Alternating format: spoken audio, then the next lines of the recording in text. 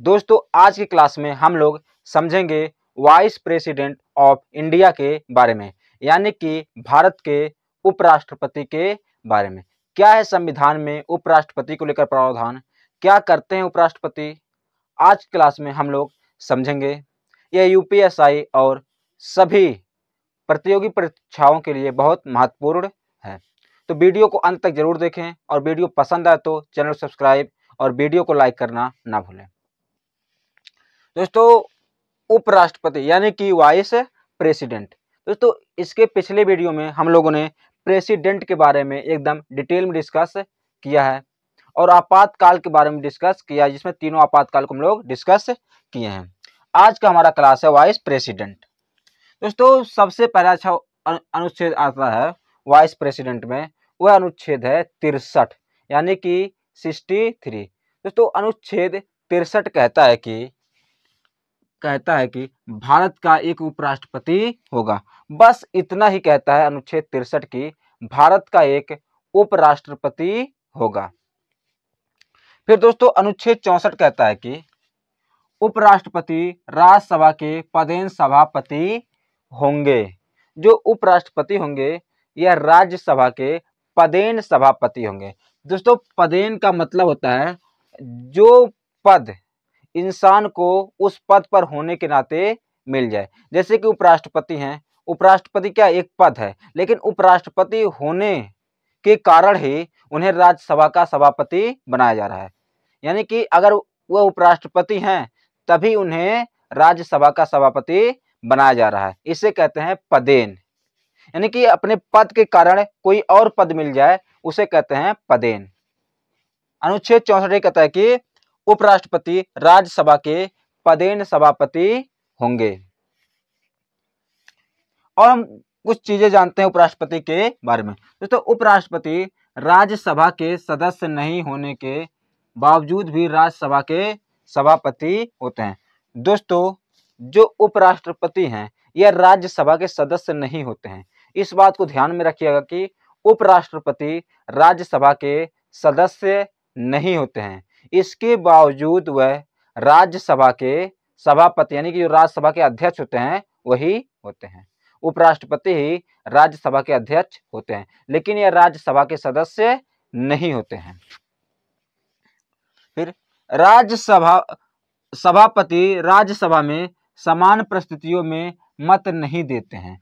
यानी कि दोस्तों जो राज्यसभा के सभापति हैं जिसे उपराष्ट्रपति कहते हैं हम लोग, वह समान परिस्थितियों में मत नहीं देते हैं। जैसे कि राज्यसभा में कोई बिल आया यानी कि विधेयक आया, उस पर चर्चा हुई, फिर चर्चा होने के बाद मतदान हुआ तो समान मतदान हुआ। जैसे कि एक पक्ष में ज्यादा मत पड़ा, एक पक्ष में कम मत पड़ा। दो पक्ष हैं, एक पक्ष में ज्यादा मत पड़ेगा, एक पक्ष में कम मत पड़ेगा। तो समान परिस्थितियों में उपराष्ट्रपति यानी कि राज्यसभा के सभापति यह मत यानी कि वोट नहीं देते हैं। लेकिन ऐसा परिस्थिति आ जाए कि मत बराबर हो जाए, यानी कि पक्ष का मत भी बराबर और विपक्ष का भी मत बराबर हो जाए, तो उस परिस्थिति में उपराष्ट्रपति यानी कि राज्यसभा के सभापति निर्णायक मत देते हैं। वह चाहे पक्ष की तरफ मत दे सकते हैं या विपक्ष की तरफ मत दे सकते हैं। केवल उस परिस्थिति में मत देंगे जब मत पक्ष और विपक्ष के मत बराबर हो जाएंगे। समान परिस्थितियों में राज्यसभा के सभापति अपना मत नहीं देते हैं, इस बात को ध्यान में रखिएगा। फिर उपराष्ट्रपति के लिए किसी प्रकार का वेतन एवं भत्ते का उल्लेख नहीं है। दोस्तों भारतीय संविधान में उपराष्ट्रपति के लिए किसी प्रकार का वेतन और भत्ते का उल्लेख नहीं है कि उपराष्ट्रपति को इतने वेतन और भत्ते मिलेंगे। उन्हें राज्यसभा के सभापति के रूप में वेतन और भत्ते प्राप्त होते हैं। उन्हें जो वेतन और भत्ता मिलता है वह राज्यसभा के सभापति होने के नाते मिलता है। अगर ये पूछ ले कि राष्ट्रपति का वेतन और भत्तों का उल्लेख भारतीय संविधान के किस अनुच्छेद में है, तो दोस्तों यह किसी भी अनुच्छेद में नहीं है, बल्कि उपराष्ट्रपति को जो वेतन और भत्ते मिलते हैं वह राज्यसभा के सभापति होने के नाते मिलते हैं। फिर दोस्तों अब हम लोग समझते हैं अनुच्छेद 65 क्या कहता है। अनुच्छेद 65 दोस्तों अनुच्छेद 65 लगभग 3 बातें कहता है। पहला कहता है कि राष्ट्रपति का पद मृत्यु, त्यागपत्र अथवा हटाने के कारण रिक्त हो जाए तो उपराष्ट्रपति राष्ट्रपति के रूप में कार्य करते हैं। दोस्तों अनुच्छेद 65 यह कहता है कि अगर राष्ट्रपति का पद, जो राष्ट्रपति का पद है वह मृत्यु, यानी कि अगर राष्ट्रपति की मृत्यु हो जाए या राष्ट्रपति अपना त्यागपत्र यानी कि रिजाइन दे दें अथवा राष्ट्रपति को हटा दिया जाए, जो महाभियोग की प्रक्रिया है उस प्रक्रिया के दौरान राष्ट्रपति को हटा दिया जाए के कारण, अगर इस कारण राष्ट्रपति का पद रिक्त होता है तो उपराष्ट्रपति राष्ट्रपति के रूप में कार्य करते हैं। उपराष्ट्रपति राष्ट्रपति के रूप में कब कार्य करेंगे? पहला चीज, अगर राष्ट्रपति की मृत्यु हो जाए पद पर रहते हुए, या राष्ट्रपति त्याग पत्र दे दें, या राष्ट्रपति को हटा दिया जाए। इन तीन कारणों से अगर कोई चीज होता है राष्ट्रपति को, तो जो उपराष्ट्रपति होंगे या राष्ट्रपति के रूप में कार्य करेंगे। फिर क्या कहता है दूसरी बात, बीमारी अथवा किसी अन्य कारण से राष्ट्रपति कार्य करने में सक्षम नहीं है तो उपराष्ट्रपति राष्ट्रपति के कर्तव्यों का निर्वहन करते हैं। दोस्तों यह कह रहा है कि बीमारी या किसी अन्य कारणों से राष्ट्रपति कार्य करने में सक्षम नहीं है तो उपराष्ट्रपति राष्ट्रपति के कर्तव्यों का निर्वहन करेंगे। जो कार्य राष्ट्रपति करते हैं वह कार्य क्या कौन करेगा? उपराष्ट्रपति करेगा। अगर राष्ट्रपति क्या हो गए? बीमार हो गए हैं या किसी अन्य कारण से वह कार्य करने में सक्षम नहीं है तो उपराष्ट्रपति राष्ट्रपति के कर्तव्यों का निर्वहन करते हैं। ये भी बात ध्यान में रखिएगा। फिर तीसरा, उपराष्ट्रपति जब राष्ट्रपति के रूप में कार्य करें या राष्ट्रपति के कर्तव्यों का निर्वहन करें तो उन्हें राष्ट्रपति के भांति परिलब्धियां और उन्मुक्तियां तथा विशेष अधिकार प्राप्त होंगे। दोस्तों अनुच्छेद 65 यह भी कहता है कि जब उपराष्ट्रपति राष्ट्रपति के रूप में कार्य करें या उनके कर्तव्यों का निर्वहन करें तो जो भी राष्ट्रपति को परिलब्धियां यानी कि वेतन भत्ते और उन्मुक्तियां और उनका विशेषाधिकार, जो राष्ट्रपति के विशेषाधिकार हैं, वह उपराष्ट्रपति को भी प्राप्त होते हैं। तो इस बात को भी ध्यान में रखिएगा। उम्मीद करते हैं कितना समझ में आया होगा। इसका आप स्क्रीनशॉट लीजिए। फिर हम लोग आगे बढ़ते हैं और समझते हैं उपराष्ट्रपति के बारे में। दोस्तों अब हम लोग देखते हैं अनुच्छेद 66 जिसमें उपराष्ट्रपति के योग्यता, निर्वाचक मंडल और निर्वाचन विधि का उल्लेख है। तो पहले हम लोग देखते हैं उपराष्ट्रपति की योग्यताएं क्या होती हैं। उपराष्ट्रपति की योग्यताएं, उपराष्ट्रपति बनने के लिए क्या योग्यताएं चाहिए।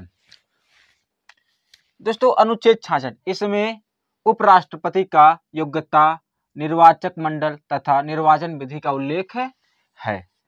अनुच्छेद 66 पूछ रहे तो अनुच्छेद 66 में तीन चीजों का उल्लेख है, उपराष्ट्रपति के निर्वाचक मंडल, योग्यता और निर्वाचन विधि के बारे में। हम लोग पहला देखते हैं योग्यता, यानी कि इसका उल्लेख अनुच्छेद 66 में है, योग्यता। दोस्तों उपराष्ट्रपति बनने के लिए क्या क्या योग्यताएं होनी चाहिए। पहली बात तो वह भारत का नागरिक हो, पहली बात वह भारत का नागरिक हो। लेकिन दोस्तों इसमें यह नहीं लिखा है कि वह भारत का मूल रूप से नागरिक हो। अगर कोई व्यक्ति भारत का नागरिकता प्राप्त किया है वह भी भारत को उपराष्ट्रपति बन सकता है। फिर दूसरा है न्यूनतम आयु 35 वर्ष हो, वह दोस्तों 35 वर्ष की आयु पूरा कर चुका हो। इसकी तीसरी योग्यता है राज्यसभा में निर्वाचित होने की योग्यता हो। दोस्तों जो राज्यसभा के सदस्य बनते हैं जिन योग्यताओं के साथ वह योग्यता भी होना चाहिए कि वह राज्यसभा का वह सदस्य निर्वाचित हो सके, वह योग्यताएं होनी चाहिए। फिर चौथा वह लाभ के पद पर ना हो। इसमें चौथा लाभ के पद पर ना हो। लाभ का पद संबंधित सदन डिसाइड करता है क्या चीज लाभ का पद है क्या नहीं है।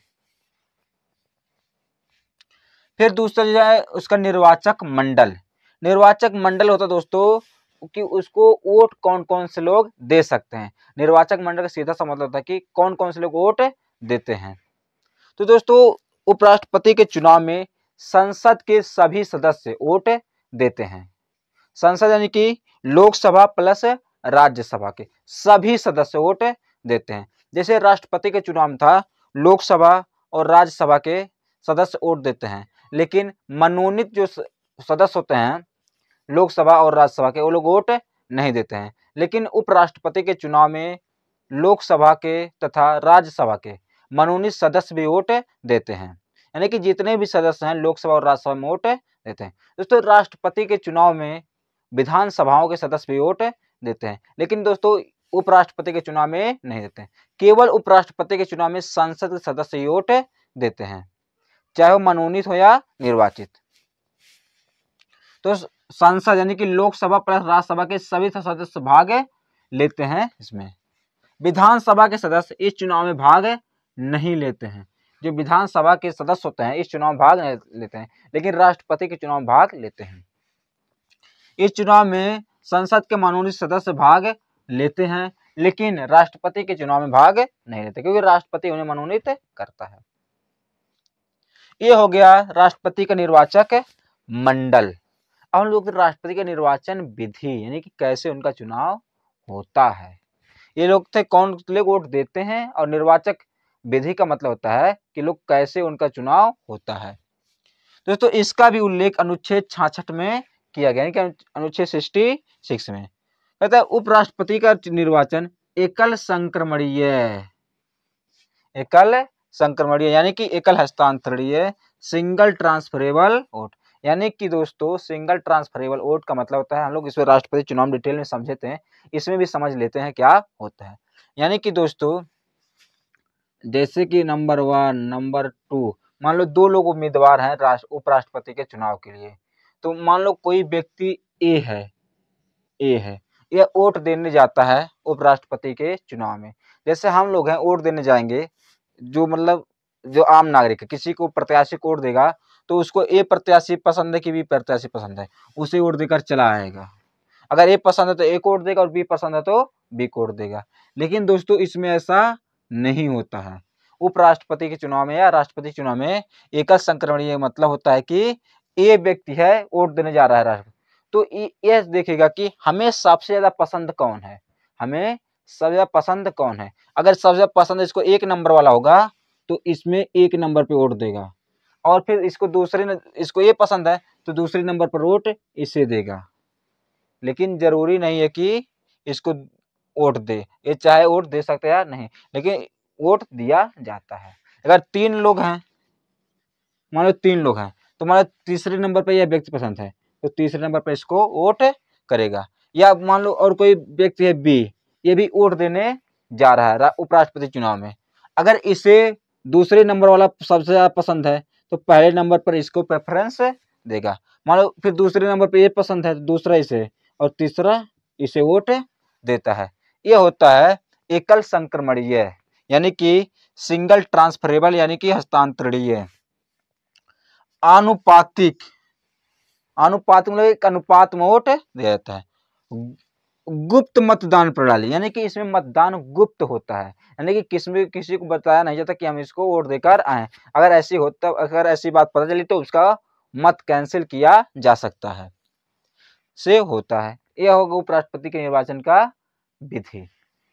दोस्तों जैसे हम लोग राष्ट्रपति के निर्वाचन देखें कि उसमें सदस्यों का मत मूल्य निकाला जाता है कि इस संसद के सदस्यों का मत मूल्य कितना है, और इस राज्य के विधायक का मत मूल्य कितना है, दूसरे राज्य के विधायक का मत मूल्य कितना है। लेकिन दोस्तों उपराष्ट्रपति के चुनाव में ऐसा कुछ नहीं होता है, इसमें सभी का वोट 1 के बराबर ही होता है, क्योंकि इसमें केवल संसद के सदस्य ही भाग लेते हैं, इसलिए इनका वोट 1 के बराबर ही होता है, इसमें मत मूल्य नहीं निकाला जाता है।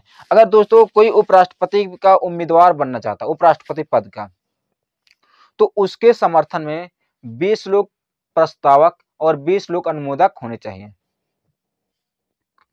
लेकिन दोस्तों प्रस्तावक और अनुमोदक सेम नहीं होते हैं। जो व्यक्ति प्रस्तावक है वो अनुमोदक नहीं हो सकता, जो अनुमोदक है वो प्रस्तावक नहीं हो सकता है। इसमें कम से कम 20 प्रस्तावक और 20 अनुमोदक होने चाहिए। यह 1997 से किया गया है। इसके पहले 1974 में 5 प्रस्तावक और 5 अनुमोदक थे। यानी कि हम लोग इसको पहले शुरू समझते हैं। जब पहला बार चुनाव हुआ था तो उस समय 1 प्रस्तावक और 1 अनुमोदक थे। फिर 1974 में यह बढ़ाकर 5 प्रस्तावक और 5 अनुमोदक कर दिया गया।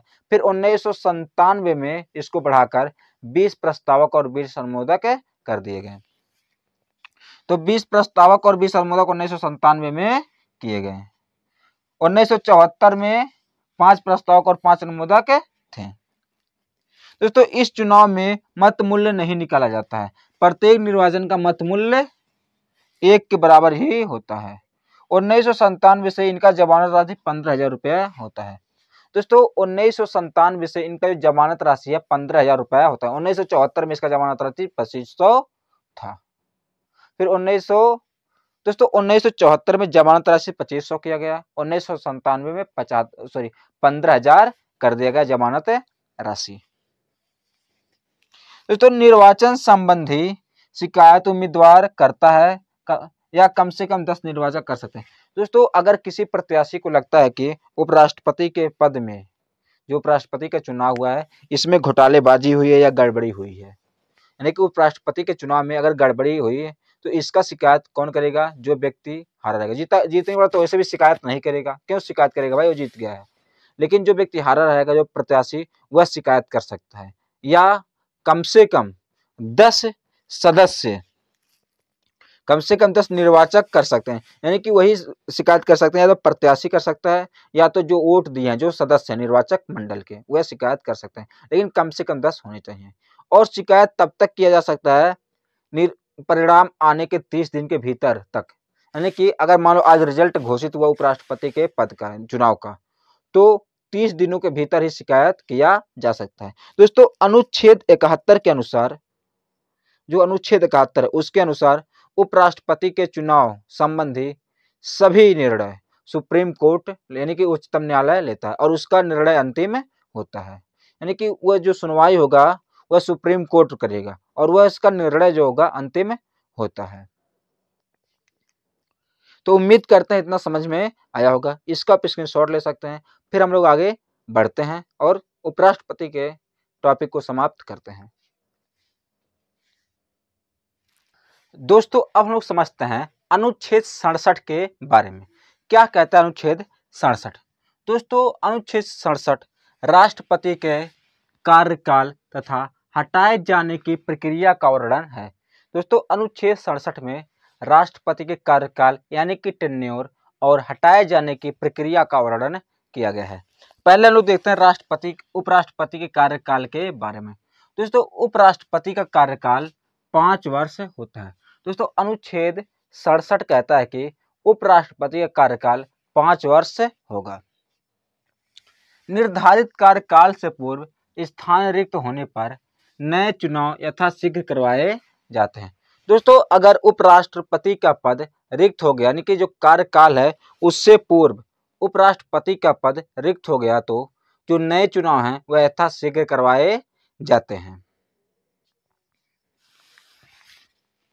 जो चुनाव होगा वह हमेशा 5 वर्ष के लिए होता है। दोस्तों जो चुनाव होगा वह हमेशा 5 वर्ष के लिए होगा, ना कि बचे हुए कार्यकाल के लिए होता है। तो उपराष्ट्रपति राष्ट्रपति को संबोधित करते हुए इस्तीफा देते हैं। अगर यह पूछ ले कि उपराष्ट्रपति किसे संबोधित करते हुए इस्तीफा देते हैं, वह व्यक्ति होंगे राष्ट्रपति। दोस्तों अब हम लोग समझते हैं अनुच्छेद 67 में ही राष्ट्रपति को हटाना है, यानी कि उपराष्ट्रपति को हटाना। दोस्तों हटाने के संदर्भ में संविधान मौन है। दोस्तों उपराष्ट्रपति के हटाने के संदर्भ में संविधान मौन है, बहुत ज्यादा वर्णन नहीं किया गया है। लेकिन अनुच्छेद 67 यह कहता है कि उपराष्ट्रपति को अगर हटाना है तो प्रस्ताव पहले राज्यसभा में लाया जाता है। उपराष्ट्रपति को हटाए जाने का प्रस्ताव पहले राज्यसभा में लाया जाता है। प्रस्ताव पर चर्चा से 14 दिन पहले उपराष्ट्रपति को सूचना देनी होती है। दोस्तों जो उपराष्ट्रपति को अगर पद से हटाना है तो जो प्रस्ताव है राज्यसभा में लाया जाएगा और प्रस्ताव पर जिस दिन चर्चा किया जाना है उससे 14 दिन पहले उपराष्ट्रपति को सूचना देनी होती है। यदि राज्यसभा अपने तत्कालिक सदस्य संख्या के बहुमत से प्रस्ताव स्वीकार कर ले। दोस्तों इसके कहने का मतलब है कि यदि राज्यसभा अपने तत्कालिक सदस्य संख्या के बहुमत से, जैसे कि दोस्तों राज्यसभा में 245 सदस्य हैं, मान लो जिस दिन चर्चा होनी है, जिस दिन वोटिंग होनी है, उस दिन आए 200 सदस्य और 200 सदस्य का बहुमत होता है 101, यानी कि आधा प्लस 1। अगर उतने बहुमत से प्रस्ताव स्वीकार कर ले और वह प्रस्ताव जाता है लोकसभा, और लोकसभा सिर्फ इस प्रस्ताव से सहमत हो जाए, तो लोकसभा अगर इस प्रस्ताव से सहमत हो गया तो उसी दिन से उपराष्ट्रपति का पद रिक्त माना जाता है।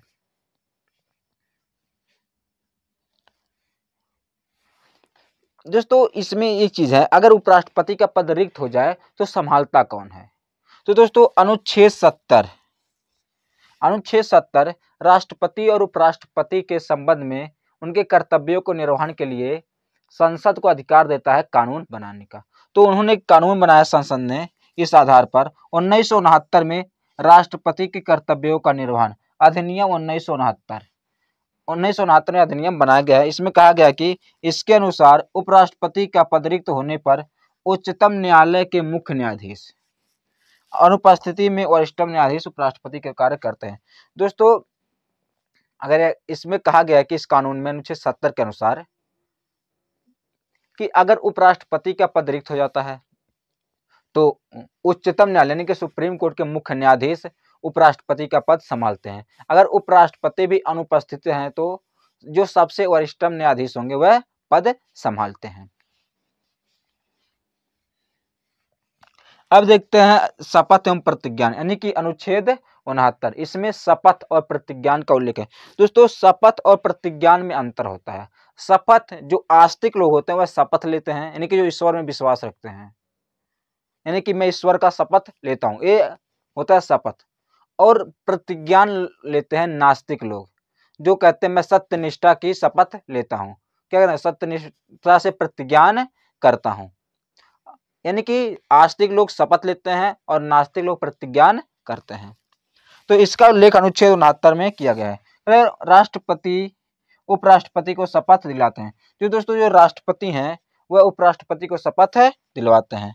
उपराष्ट्रपति संबंधी संविधान के प्रति निष्ठा एवं श्रद्धा का शपथ लेते हैं। दोस्तों जो उपराष्ट्रपति हैं यह संविधान के प्रति निष्ठा और श्रद्धा का शपथ लेते हैं। उम्मीद करते हैं इतना समझ में आया होगा। तो यहाँ पर समाप्त होता है अपना उपराष्ट्रपति टॉपिक। नेक्स्ट क्लास में हम लोग चर्चा करेंगे मंत्री परिषद, यानी कि प्रधानमंत्री और उनके मंत्री परिषद के बारे में। तब तक के लिए चैनल को सब्सक्राइब और वीडियो को लाइक करना ना भूलें। बहुत बहुत धन्यवाद। जय हिंद, जय भारत। तो इसका आप स्क्रीनशॉट ले सकते हैं।